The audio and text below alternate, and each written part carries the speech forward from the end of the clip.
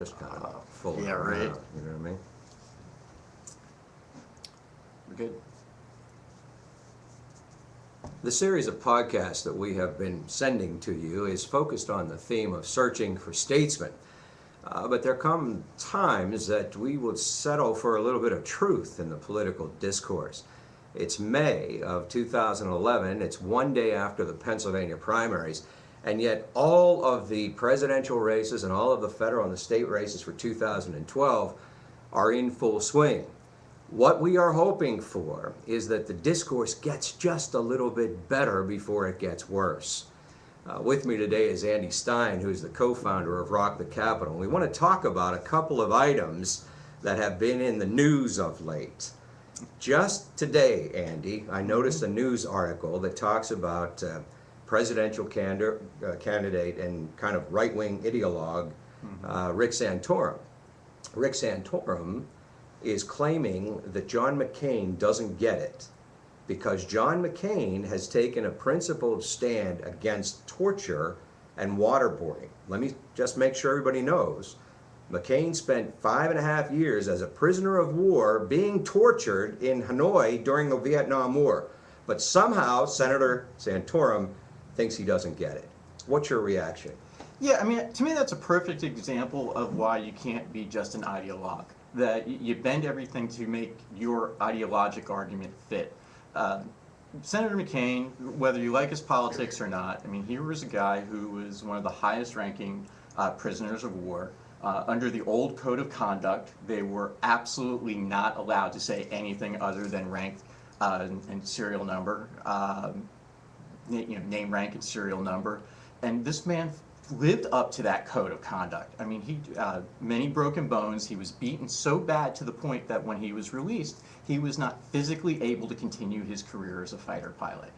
Right? So to say that he doesn't get it, right, it is just outrageous. Well, it goes to the larger issue. If you're entering into the fray, if you are presenting yourself as a viable presidential candidate, aren't there some standards? Aren't there some thresholds that you should not cross? I mean, it seems to me that this is an obvious one.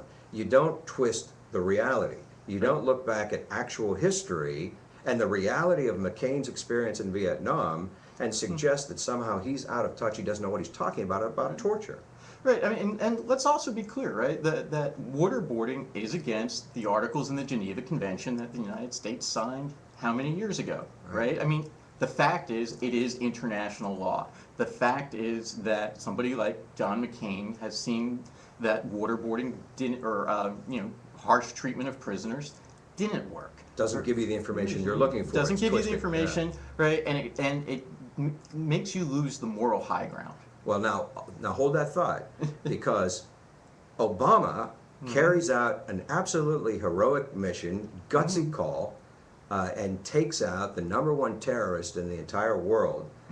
And now the GOP and the Republicans and mostly the far right are saying it's precisely because of waterboarding. It was the George Bush policies and the techniques we employed that did it. Right. What's your reaction to that? You know, again, my reaction is that folks are so tied to ideology on either side that they lose touch with reality.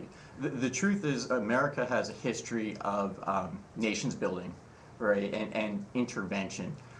When President Obama took over, he was more interested in counterterrorism, right? And so what we saw in 2 years was a counterterrorism act, right, that finally got bin Laden. Right. What it also did is it significantly injured Al-Qaeda throughout the world with the targeted drone strikes. Right. And so when you look back at, even to the Vietnam War, you look back to the first Gulf War, the sidetrack in Iraq, we spent so much money and spent so much time trying to build these nations, right, that we lost track of what truly was our national defense, right, which was getting these things. That's the difference between, right, the selective engagement that you need, right, in order to protect your country versus selling your ideology. So, along the theme of, if we can't have statesmen, at least let's have some truth once in a while. That's right. The fact is that the policies in the Bush era are exactly counter to the policies of the Obama era. That's And it's correct. not because of the Bush policies that we got Osama, but in spite of them. Right, absolutely. And the other thing you have to look at is that every president is going to have legacy information, right? Those institutions don't go away by who's sitting in the White House. Right. Right? So to say that everything starts and stops with each president's inauguration is ridiculous. Well, and how about a third example for today's installment? Newt Gingrich is now officially a candidate for president. Right. Newt Gingrich presents his third wife to the public, and the reality is that he's had problems over the years. And without going into a lot of morality and judgments and all that kind of thing, the fact is that he has been married and divorced twice. This is his third wife. His second wife was served divorce papers while she was dying of cancer in a hospital bed. His explanation for all of this, when asked by a reporter, was, well, sometimes I love my country so much that it clouds my judgment. Now, is there any grain of truth in any of that potential explanation? You know, I guess that old maxim, if you tell a lie often enough, people believe it applies to yourself, right? If you Yes. tell a lie often enough, you come to believe it and justify your actions. Look, I'm not concerned about Newt Gingrich's personal life, and I'm kind of loath to say that people's personal life is, how we should judge folks, right? I mean, because I think there's something pretty obvious that the guys that succeed have this much higher rate, Right. all right, of strain, right? And maybe that's just part of the ego or anything. But what I think is that people all get lost in the hypocrisy of it, right? If he just said, look, this is my personal life, I'm not going to deal with it, right? But if you're going to throw yourself out there as this, carrying the moral code, right, then you just degraded yourself. Absolutely, and that's the whole point. I agree with you. I'm not even going to go into personal problems that individuals have or judgments they make or, what happens when powerful men do stupid things and stuff like that. It happens. Not condoning it, but for God's sakes, don't hand us a line of crap about Exactly. it. And that's really what we're talking about here as he's launching his campaign.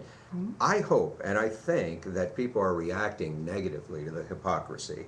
And I think they're starting to separate the nonsense. And I hope that's the case. I hope they do, because all of that's distracting against what's the real issues in the country, right? I mean, we all know incredibly successful people in their work life that have absolutely messes for family lives and relations with their family, right? So let's not get stuck on that. Let's get stuck on the true debate about what affects me, right? If Newt's on his third wife and he becomes president, I don't care, right? What I care about is whether, what's his economic goals, what's his security goals when he's president, and all of this stuff is a distraction. It becomes tabloid. Right.